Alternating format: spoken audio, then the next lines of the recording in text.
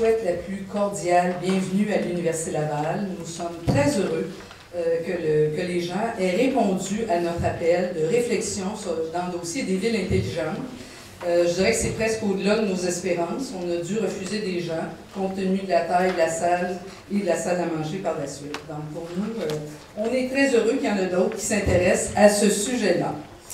Alors, comme vous le savez, le terme « ville intelligente » ou « smart city », parce que c'est une traduction, a été bien présent à Québec ces dernières semaines, notamment par la présence, la candidature de la Ville de Québec au top 7 mondial des villes intelligentes, tel que compilé par l'Intelligent Community Forum. Donc, la Ville de Québec avait présenté sa candidature parmi 400 autres candidatures au concours de l'Intelligent Community Forum, dont le siège social est à New York. Et elle a été retenue à l'automne dans le top 21 et en février dans le top 7. Donc, Québec est en course avec 6 autres villes dans le monde pour le titre de ville intelligente. Et la semaine dernière, on a eu la visite de M. Luis Zaccaria de l'Intelligent Community Forum afin d'évaluer la candidature de Québec en vue de la première place. Et un des critères cette année du concours, c'était l'innovation. Alors, de quelle façon la région de Québec innove, comment se fait le maillage entre les décideurs, l'industrie, les paliers gouvernementaux, l'université, le parc technologique. Alors, c'est sur ces critères-là qu'on a été évalués.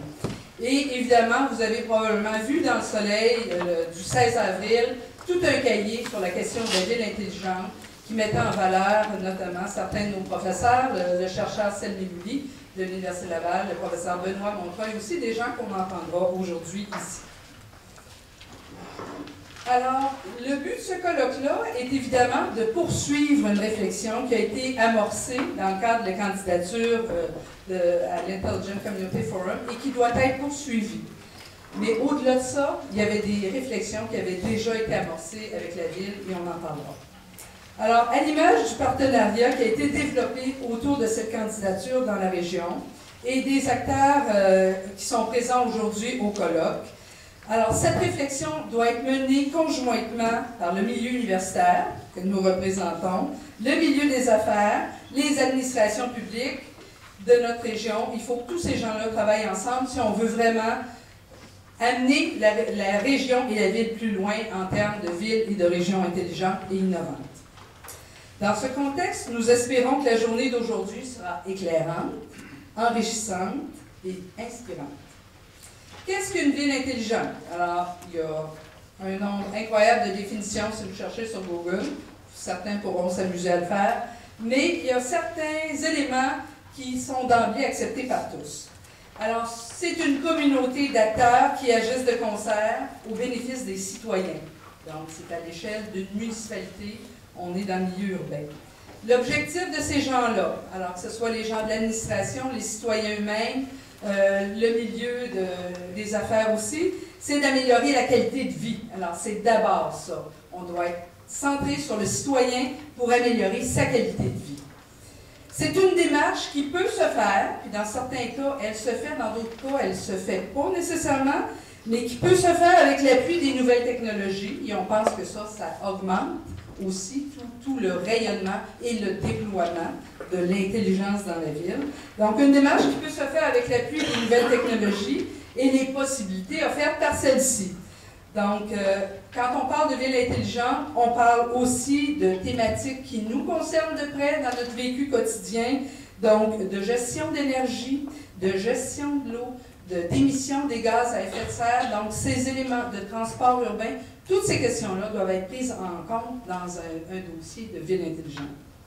C'est aussi une manière de penser, mais aussi et surtout une nouvelle manière de faire les choses. Donc, quand on parle de ville intelligente, ça prend une planification intégrée. Il faut que les acteurs se parlent. C'est aussi une action qu'on fait pour rendre la ville plus intéressante pour les citoyens, mais aussi pour les entreprises qui voudraient s'y installer. Alors, c'est une approche intégrée qui englobe autant les questions de gouvernance, de développement durable, de santé, de transport, d'énergie, d'éducation, d'affaires et de culture. Donc, la ville sera véritablement intelligente et de plus en plus intelligente quand elle aura intégré ces dimensions-là. Alors, c'est une démarche qui rend la ville plus attrayante pour les citoyens autant que pour les investisseurs. Et dans ce sens-là, il y a des impacts socio-économiques importants qui résultent de cette démarche autour de la ville intelligente. Et on le rappelle, le citoyen doit être au cœur de tout ça. Donc, quand on parle de ville intelligente, on parle aussi de démocratie, de e-démocratie, d'outils mis en place pour que le citoyen puisse communiquer avec les autorités de la ville. C'est tout ça. Alors maintenant, l'ITIS. Alors, c'est l'ITIS qui a organisé ce colloque sur les villes intelligentes. Qu'est-ce que l'ITIS? Alors, l'ITIS, l'Institut de technologie d'information et société, et vous remarquez le titre « Société » aussi, c'est vraiment une organisation à l'Université Laval, un institut qui fédère 150 chercheurs dans le domaine des TI, 25 chaires, laboratoires, centres de recherche dans le domaine des technologies de l'information et qui analyse l'impact des technologies sur la société. Alors, cet aspect-là est important. On ne veut pas que ce soit seulement une réflexion ou une mise en valeur des technologies, mais que ce soit au service de la transformation sociale et qu'on réfléchisse à cette transformation sociale. L'ITIS travaille avec 6 filières d'excellence. Donc, ces 150 chercheurs sont répartis dans 6 filières d'excellence. La santé, donc la e-santé, la e-culture, le e-business, donc les affaires électroniques, la e-éducation, le e-développement durable et le e-gouvernement. Alors, l'ITIS a joué un rôle important aussi dans la mise en place d'initiatives en lien avec la ville intelligente dans la région. Et ce matin, Gilles Noël de la Ville nous rappellera l'implication de l'ITIS et de l'Université Laval dans le dossier de la vitrine technologique de la Ville de Québec. On est présent aussi dans différents projets en TI dans la région. Et on participe à une initiative internationale, eGov Polynet, qui regroupe 16 universités de par le monde, qui est financée par la Commission européenne et qui travaille sur les questions du lien entre le citoyen et les gouvernements, les différents paliers gouvernementaux, que ce soit le gouvernement à l'échelle locale ou urbaine, donc la ville, sinon le gouvernement régional et les autorités internationales aussi, nationales et internationales. J'aimerais mentionner l'importance de l'Université Laval dans le développement des villes intelligentes. On est présent dans le dossier du géospatial, il y a de la recherche dans le dossier de l'aménagement du territoire, du développement régional, de la logistique des transports, de la création de nouveaux matériaux, la réflexion sur les relations entre le citoyen et la ville aussi. Donc, on a des chercheurs dans ces domaines-là, et dans ce sens-là, je pense que l'Université Laval et l'ITIS peuvent apporter beaucoup dans le développement de la réflexion sur la ville intelligente. L'objectif du colloque. Alors, l'objectif du colloque, dans un premier temps, c'est de vous présenter notamment une réflexion ou une étude qui a été faite sur les villes intelligentes. Et les résultats seront présentés par le professeur Selmi Louli, qui prendra la parole bientôt, accompagné de Mme Teresa Pardo du Center for Technology and Government de l'Université d'Albany, et ainsi que M. Ramon Gil Garcia, qui est à l'Université et à la Ville de Mexico. Donc, on aura un apport international, des exemples de villes intelligentes ailleurs dans le monde. Par la suite, on vous offrira un survol de perspectives développées et réfléchies en matière de villes intelligentes par des chercheurs de l'Université Laval. Donc, les secteurs que j'ai mentionnés tantôt, géospatial, aménagement du territoire, logistique des transports, matériaux, réflexion sur la ville, les relations avec les citoyens, toutes ces questions-là seront abordées. Et sur le campus, un grand nombre de chercheurs travaillent à des développements en lien avec la ville intelligente. Vous en entendrez quelques-uns au cours de la journée. Et d'emblée, pour préparer la visite de M.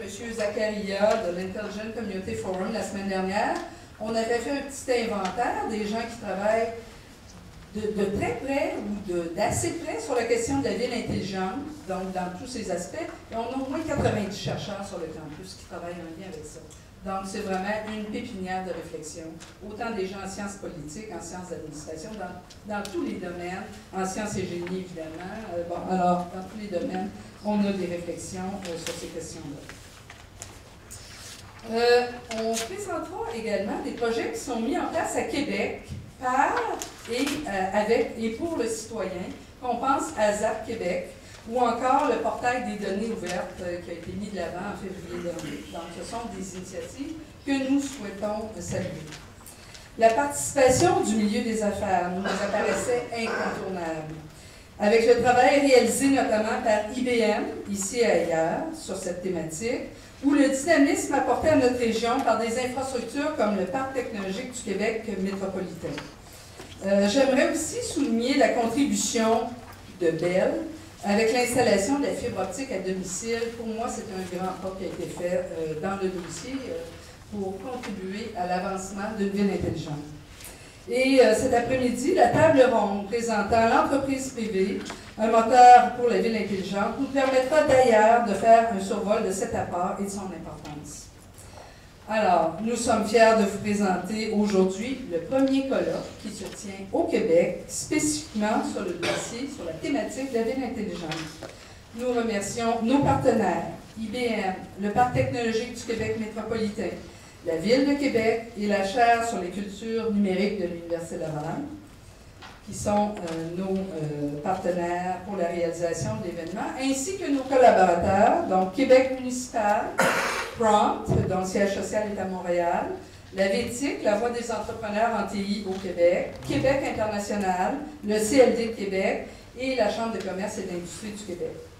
Alors, c'est donc avec plaisir que l'Institut Technologie d'Information et Société vous propose cette journée de réflexion. Bonne journée à tous et merci.